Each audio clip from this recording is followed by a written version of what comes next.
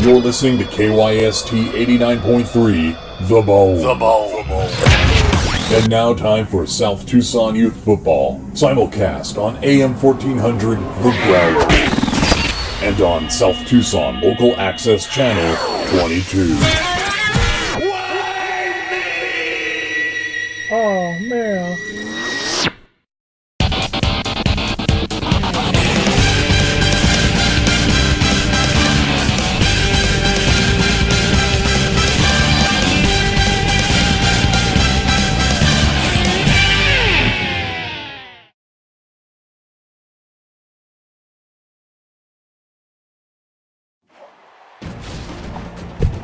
And you are looking live at a very clear night here at Municipal Field number 77 in downtown South Tucson, Arizona. It is the last day of the regular season, number 19. And we've got a big one for you tonight.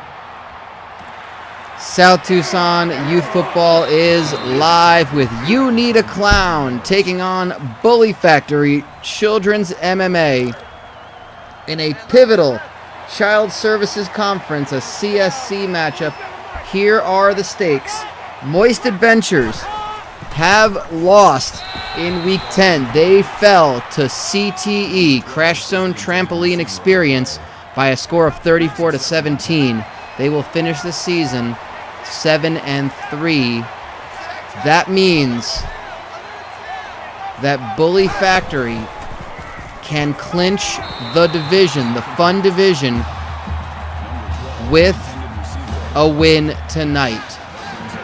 If Bully Factory win, they will go to the CSC Championship game representing the fun division, and that will leave Moist Adventures on the outs.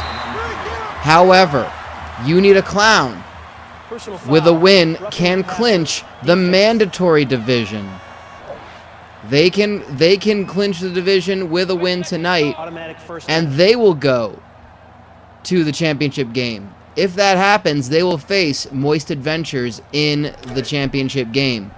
So it will either be You Need a Clown versus Moist Adventures, or if Bully Factory win, then we need to find out what will happen in the match between 1-800-BUY-A-DAD and Tony and Paul's Child Escort Services.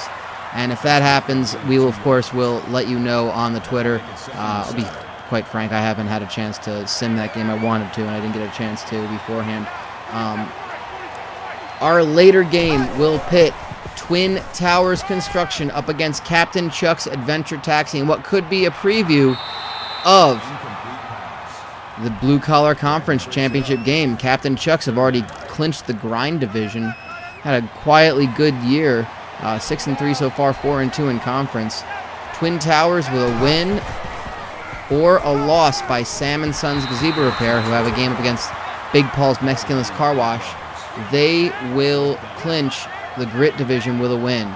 So we could very well see a little bit of a preview of the championship game. And, of course, next weekend we will have all the championship games, all 6 of them, right here on this channel. We will see Crossbow of the Month Club taking on Pawn Shop of the Nazarene in the AFC championship game. The American Freedoms Conference, that, of course, is what that means. The Marmalade Shack and Extreme Dentistry will do battle in the Big Small Business Championship. Wandering Lush and Second to None will do battle in the Foreign Legion Championship. Flappy Pappy's Pancake Shanty and Del Grango's Discount Seafood, they'll do battle in the Gluttony League Championship. And, of course, we will find out who will do battle in the BCC and the CSC after tonight. And what a season it's been. You know, a lot of good teams starting to falter a little bit at the end of the season. We're not seeing these strong finishes. We're seeing teams like Moist Adventures, who were just such a strong team, go in and go 0-2 into the last 2 weeks of the season. And Bully Factory forcing to punt out of their own end zone. No score so far in this game. So it's going to be a field position battle. These two teams, points will be at a premium. It looks like these are two strong sides. 1-800 excuse me, I said 100 Biodad for a second. You Need a Clown were at one point ranked in the top 10, and then they lost to 1-800 Biodad and dropped out of the rankings. They were only ranked number 10, so that there wasn't a lot of a way to. There wasn't a very much room to make up ground.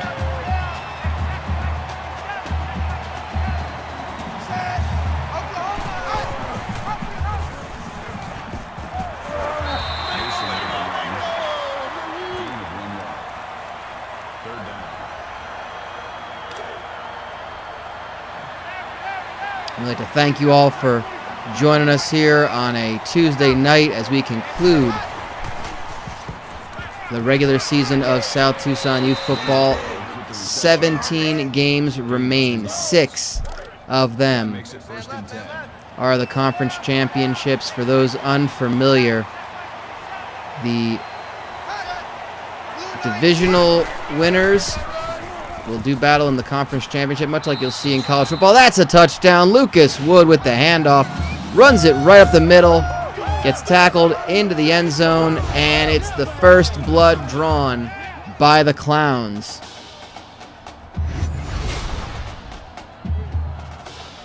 And that is a huge first score of this game.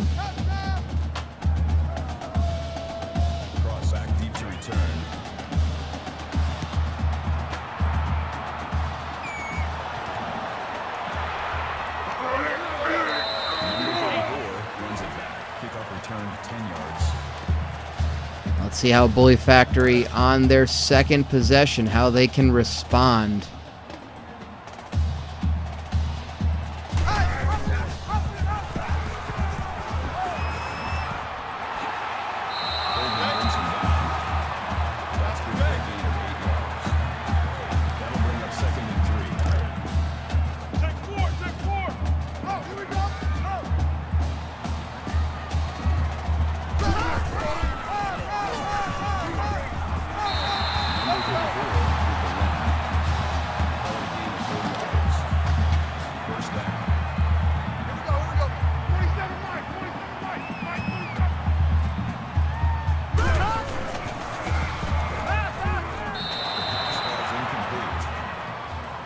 The intended receiver on the play. That makes it 2nd and 10.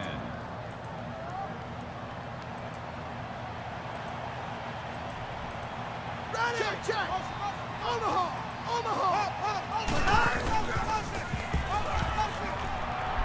And what we are going to see, you need a bully. Yes. And what you will see, these two teams, again, the way the playoffs work, the 6 teams who win their conference championship games will get automatic bids, and the rest of the field will be filled in by 6 at-large teams selected by the committee, and Goose Marshall gets the 4 yards he needs for a first down. Bully Factory moving the chains, continuing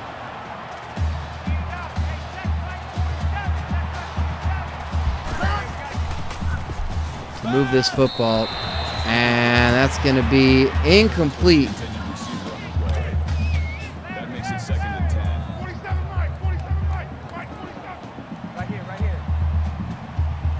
10. So, some of these teams need to be in that championship game to have a shot at making the playoffs. Bully Factory suddenly rejuvenated after hearing that Moist Adventures lost. That's a huge upset. They suddenly find themselves with a fighting chance, but here they have a team that is also kind of on the bubble in You Need a Clown. The Clowns could very easily find themselves Still first down. with a shot. If they get a win, obviously if they win the entire CSC championship game, then they're in no matter what. And mission complete with the touchdown, caught back of the end zone.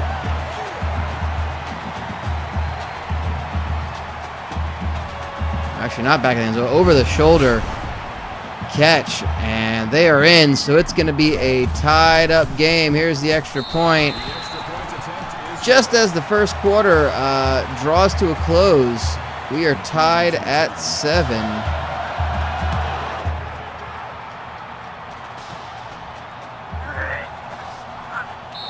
Number 19 returns the kick.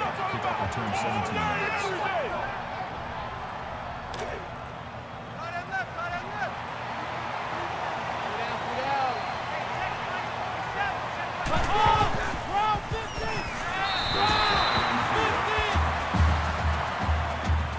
Personal foul.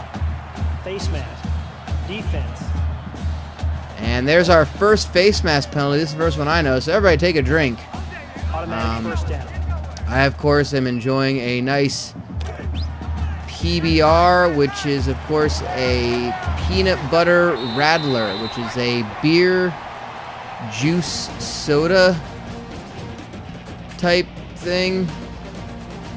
It's not very good, but you know, I figure I'm trying to drink a little healthier here, get my protein.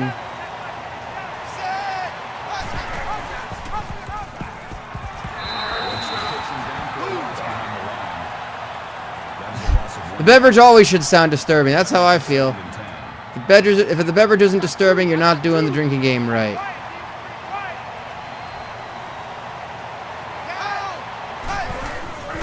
That's what I always say.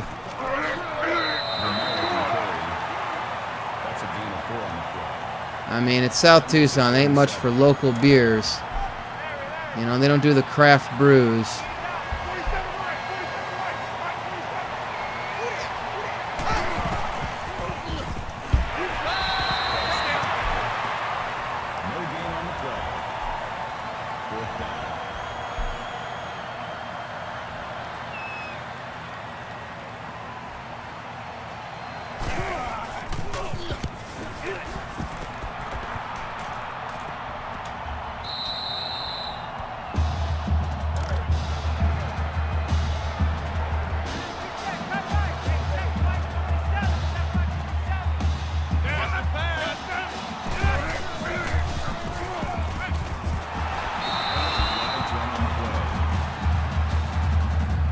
Personal foul.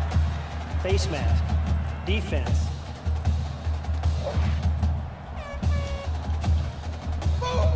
Automatic first down. And another penalty. Everyone take another drink. As these kids have just zero discipline. What are these coaches teaching them?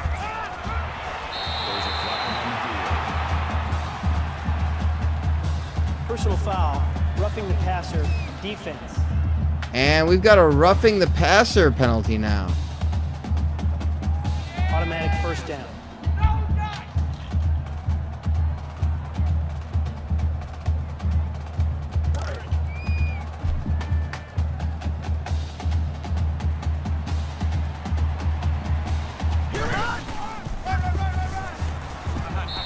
Number 34 with the carry. No gain.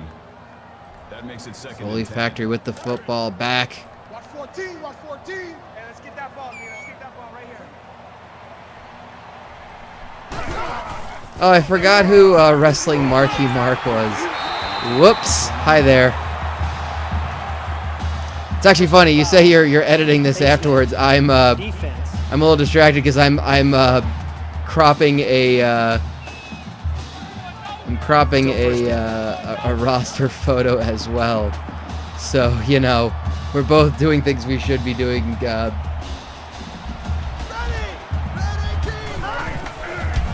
I'm trying to get you something that's at least usable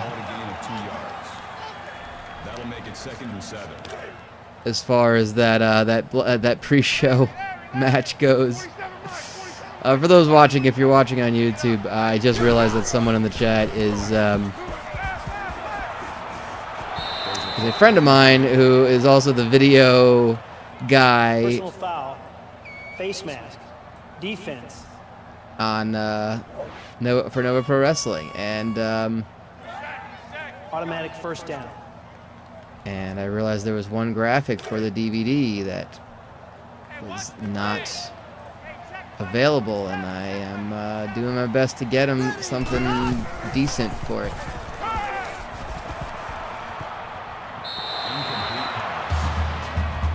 And it just reminds me that I need a better picture of those guys next time. Next show we have, so.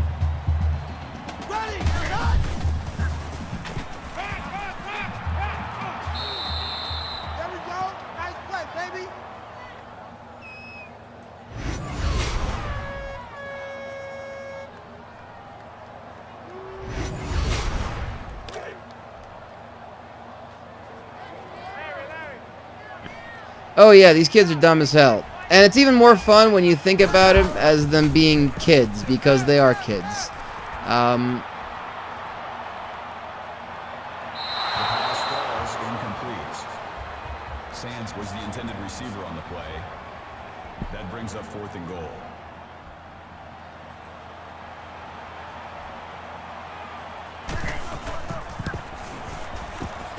And a nice field goal.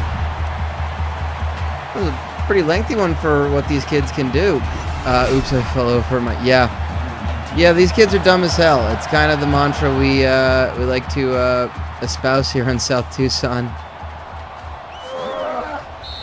Number 19 returns the kick. Kickoff return 18 yards.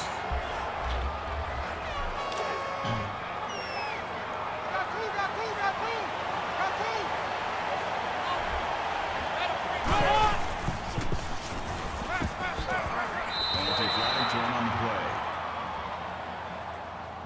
Personal foul. Face mask. Defense.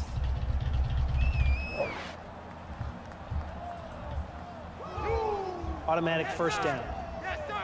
You don't want that. You don't want that. You don't want that.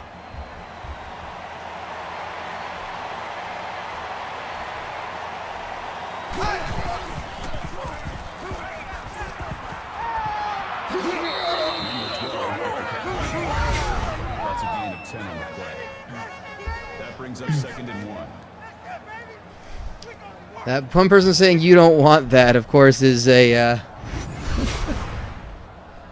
is one of the parents who, of course, completely chastise these children and force them into playing youth sports.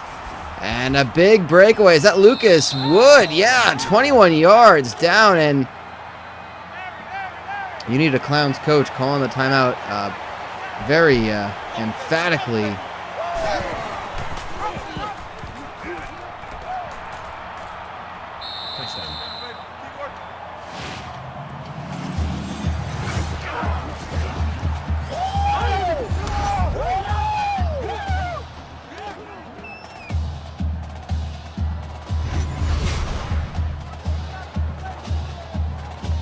Huge touchdown for You Need a Clown. And they are playing for a shot at the CSC Championship. And to be fair, they just dropped out of...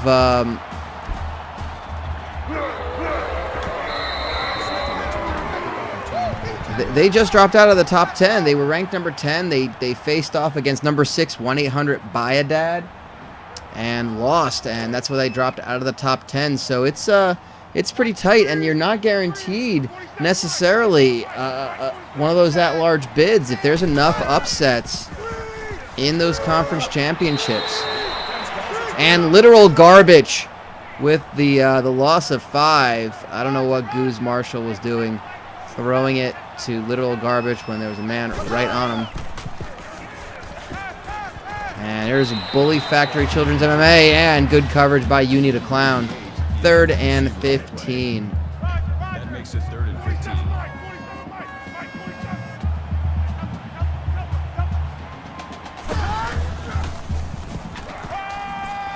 Gonna air it out.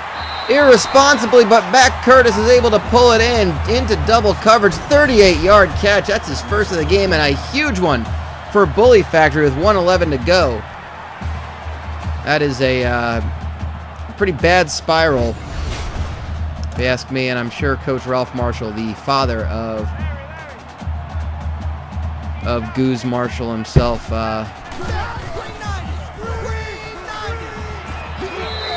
be yelling at his child. And there again, the quick dump-off pass to the running back, literal garbage for a loss of 1. Out of the shotgun, they're going hurry-up offense. And another first down, Hassan Sands, 15-yard catch.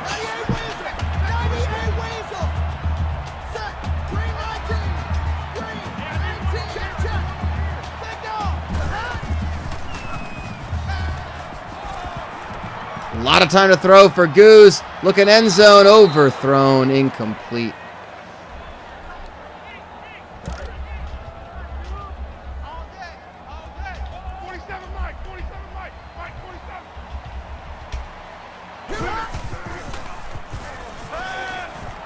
A lot of time again, wide open. Oh, overthrown. Number 14 was the intended receiver on the play. Had the receiver wide open.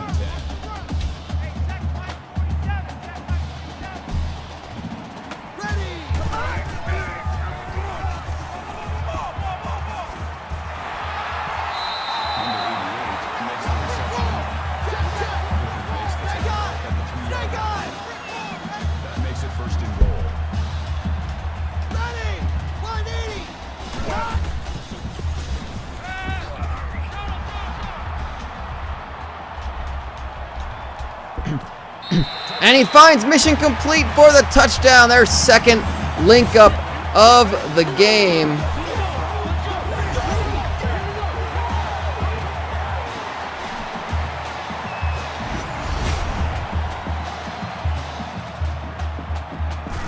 And Bully Factory take the lead once again.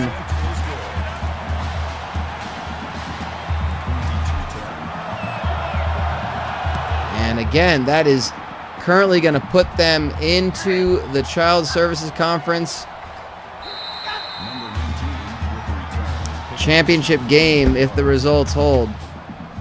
They need to win to clinch the division, or otherwise it will be Moist Adventures taking the Fun division. That will really make a logjam in that CSC. There's going to be some really good teams that may be missing out. Big rush up the middle across the 50 for You Need a Clown. They got 11 seconds to go. Plenty of time to take a couple shots downfield. Yes, all these teams have been created in Team Builder, but not when you do a play like that, and they get tripped up. Loss of 3. Not sure what they're going for there. But they've got 5 seconds to go, and they can take one more shot downfield, maybe get themselves into field goal position. No, not. They're out of their timeouts. Looking for the end zone, incomplete. That's going to bring an end to the first half. Been a wild one. Ended in a big way. Bully Factory, Children's MMA, 17. You Need a Clown, 14. As it stands, Bully Factory on their way to the CSC championship game. You Need a Clown have to wait and find out what happens to Bayadad. And meanwhile, we're going to take a quick break from the action to talk about one of the local sponsors out and about in the town of South Tucson. And tonight we're going to tell you a little bit about Shifty Lou's Arcade. You know, most arcades are let's be honest, the days of the arcade are long gone. And that's a sad truth, but we can bring them back. And Shifty Lou's Arcade brings back those days of yore when you know the biggest fear was that the commies were gonna come and take you, and that's all we worried about back in the 80s. You know, you didn't worry about a creepy guy running an arcade, asking you to reach into his sack to pull out quarters. You didn't worry about whether Galaga had a strange homeless man hiding behind it. You know, you didn't have to worry about those things. They just existed, and you were fine with it. And Shifty Lou's Arcade wants to bring you back to those days. Galaga? They've got Galaga.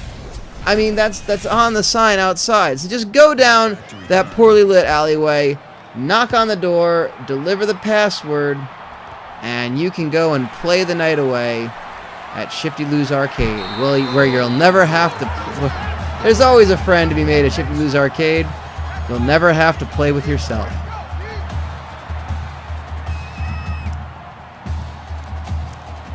These live reads get worse and worse.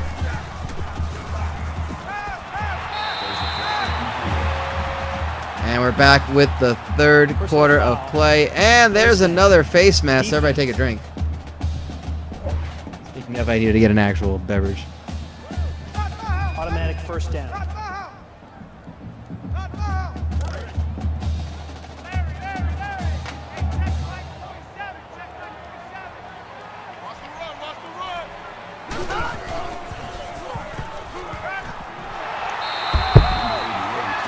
And Desi Grigsby with a 5-yard catch for Bully Factory, looking to put a bit of daylight between them and You Need a Clown. 2nd and 5.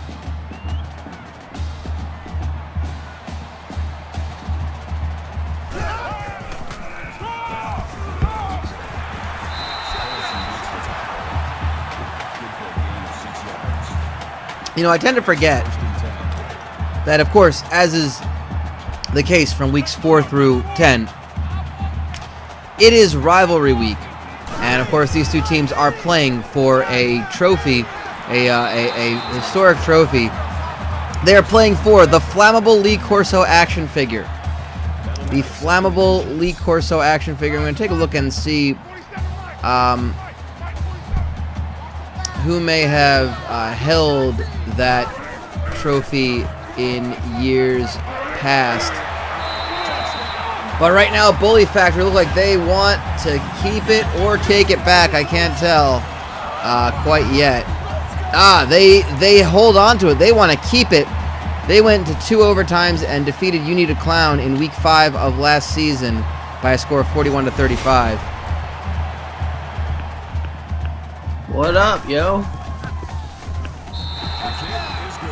That Will? Oh my God! Hi, Will. Hey, Brian. And we've got a big. Will has joined me in the studio. We've got a big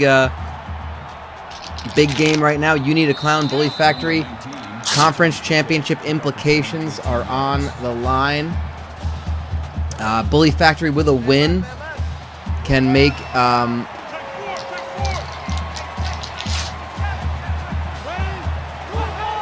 Will make the championship game representing the fun division. If You Need a Clown win, they will represent the mandatory division, and they are going off to the races. Morris Romero, the quarterback, hangs on to it, goes 43 yards down the right sideline. So Bully Factory with a win, they will represent the fun division in the CSC championship. If they do not win, it will be Moist Adventures. You Need a Clown, a win, and they're in. If they don't win, we have to find out what will happen in the 1-800-BUY-A-DAD game, which has not taken place yet. I haven't had a chance to sim it. Someone asked what other sports stuff that I do like this. This is pretty much the crux of what I do, like things like this, where it's like made-up sports leagues. I just finished up in 2017 a NASCAR thing called the Diddler Cup. I would recommend going to the YouTube page and checking those out. Pretty much all the streams are on the YouTube page, cut up nicely and edited, so it's not like a bunch of filler in between things. I cut up all the games individually. The Diddler Cup, all the races are up there. That will be coming back in 2018 once I kind of have some time to edit and do some research. Lucas Wood in for the touchdown. And You Need a Clown are back up to within a score of Bully Factory. It's going to be 24-21 with the extra point coming up. Yes, Nammerpuss is absolutely right. I did a NASCAR-like stock car sim using the old NASCAR game. I'm going to be bringing back MMA, but in a different way. I'm going to be using that game again, but we're in the process of kind of fixing it up. I did a recent test kitchen stream where I kind of played around with the game to see what I could make it do, and boy, I realized there were a lot of things that back when I did HCL and Kumite, which were the names of the promotions, I didn't even bother to mess with. NASCAR Racing 2003 season, I think it was called. Or was it 2002 or 2003? 2002. Sorry, that's the harder to find one. Oh yeah, I did do it. And I'm going to bring back wrestling as well. And whenever the game comes back, whenever the game actually comes out, I will be doing baseball. I'll be doing old-timey baseball.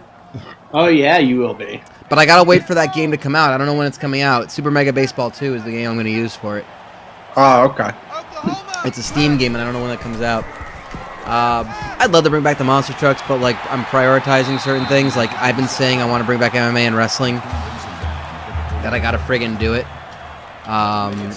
I mean, for me, it's a matter of what kind of game exists that I can do that can mess around with. I've only got a 360 and I've got Steam, so. Brian, you gotta remember, you can't bring back Porch Monkey. I can't. No, nor do I want to. You don't. You shouldn't want to. But even if you did, you can't. Do it. I'm not bringing it back. No. Literal garbage. Tackled short of the first down marker by 38 Special Harrison. Did he hold on loosely? He did, and he didn't let go.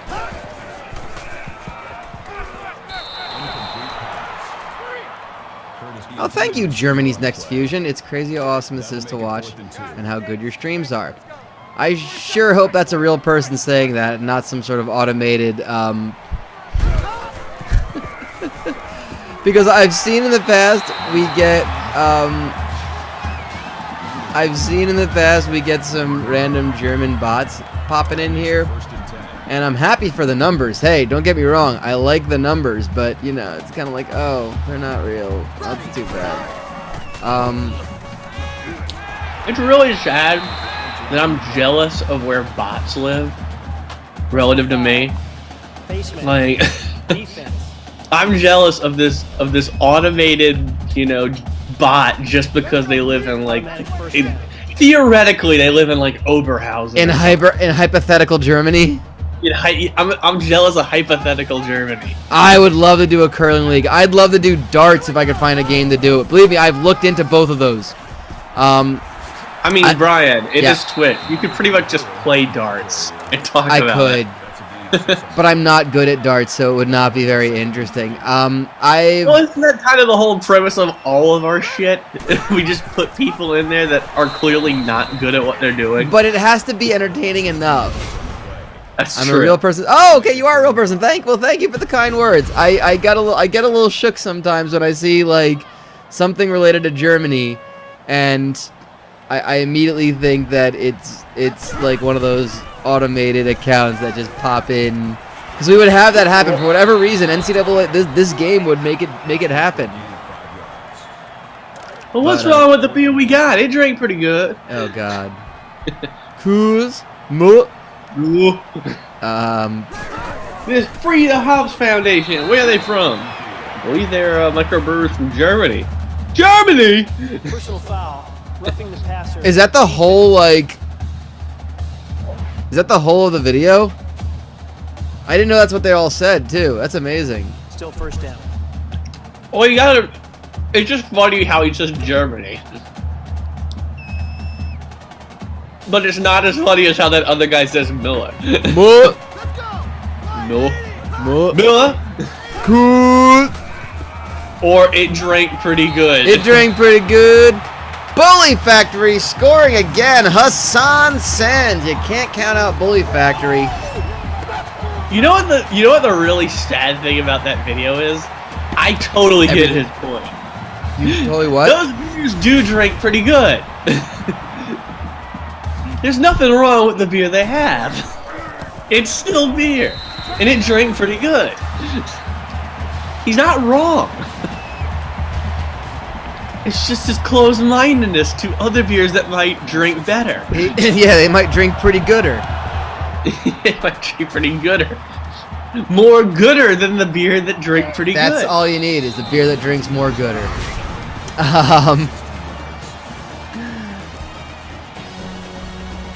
And out of all the beers, Miller drinks the most good out of the beers. You know what? It does. God, I hate saying that, but it kind of does.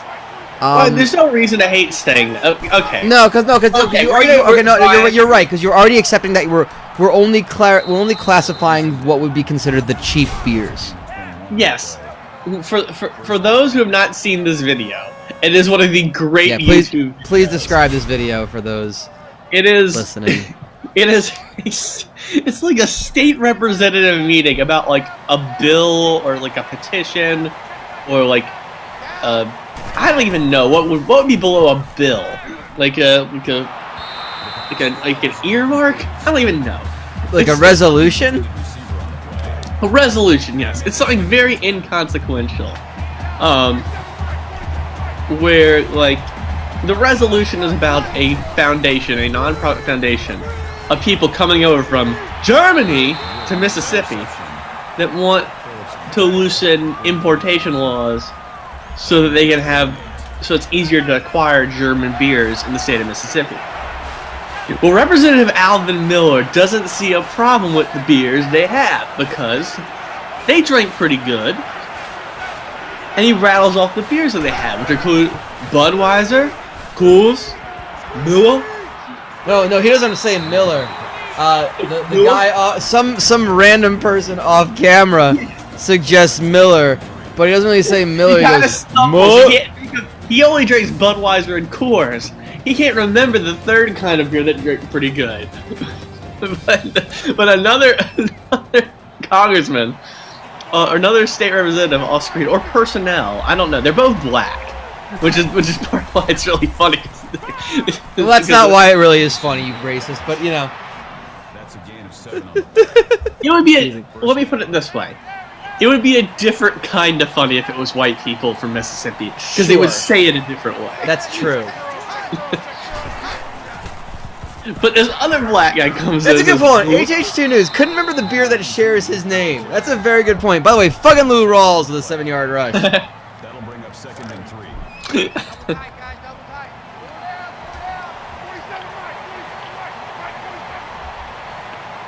It's Alvin somebody. No, it's Alvin Holmes, I think. I got the name wrong. Yes. But anyway, yes, that's what we're representing there. Of those three, I will absolutely say that I think Miller is the most drinkable of those three. Yes, out of those three. And I'm going to stop for a second. Since we've established, the real point is established that between Coors, Budweiser, and Miller, Miller is the most drinkable of those beers by far. Yeah, I don't know. Even extend this further. If somebody gives you a Miller High Life, I don't care how much you like craft beer, you can drink a Miller High Life. It tastes different enough from all the other cheap beers that you can enjoy at least one. It's a very unharsh flavor. There is a stigma though with those that I don't enjoy it. And I don't know. Well, here's the thing. To me, oh God, Beast, Milwaukee's best. I don't know. No, not a fan. When I was in college, it was Busch. Oh God. In fact, you can go to. So I went to Georgetown University, and the local watering hole just outside of campus, a place called the Tombs, and I don't know if you still can, but you could get pitchers of Busch Light. They'd have it on tap, and a pitcher of Busch Light was like $4.50 compared to like the $8, $9, $10 you're paying for a pitcher of whatever else. We'd go there and we'd get drunk off our asses. We're talking like 6 or 7 people, and the total bill would be like $95, and we'll be like, wait, we're splitting this 7 ways? Okay. Like, we could each drop a 20, be good for the night, and like leave one hell of a tip.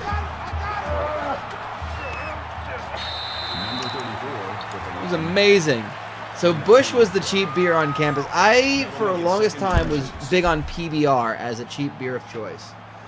When I lived in DC, the cheap beer that at the bar I went to was PBR because you can get tall boys for $1 each.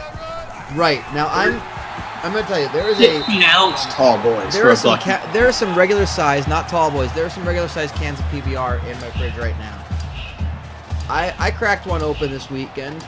I don't know if I enjoyed it as much. Now, here's my theory, and I know Kyle has said something like this before.